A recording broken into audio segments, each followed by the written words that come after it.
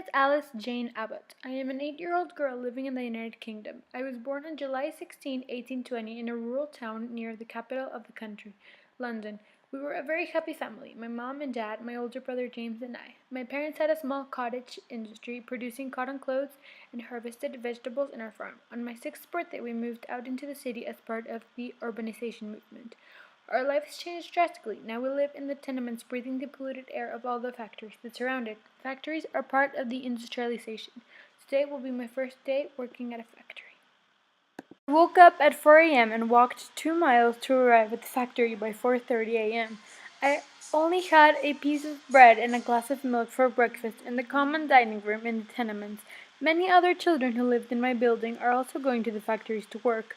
The walk to the factory was long and cold. I only had a thin coat to keep me warm. I sure hope the factory is warmer. I arrived at the factory when it was still dark. We work making textiles. Some of the other girls here say that it is a very dangerous job, and some people have cut their fingers off. The factory is very cold and very dirty. Some of the girls here don't even have any shoes on. I've been here for many hours, yet the time on the clock doesn't seem to advance. We haven't had any breaks to eat or to rest. It is 11 a.m. now, and we have been working non-stop the past 6 hours. Finally, we get time to rest and have a meal. We are not allowed to bring our own food because they will give us all the same meal here. We get in line to eat, and all we get is a lousy piece of bread with butter and a glass of milk, not enough to give me energy for the remaining 8 hours of work. We went back to work after a short 15-minute break. The day was getting colder as it went by, and I don't know how I will manage to keep doing this.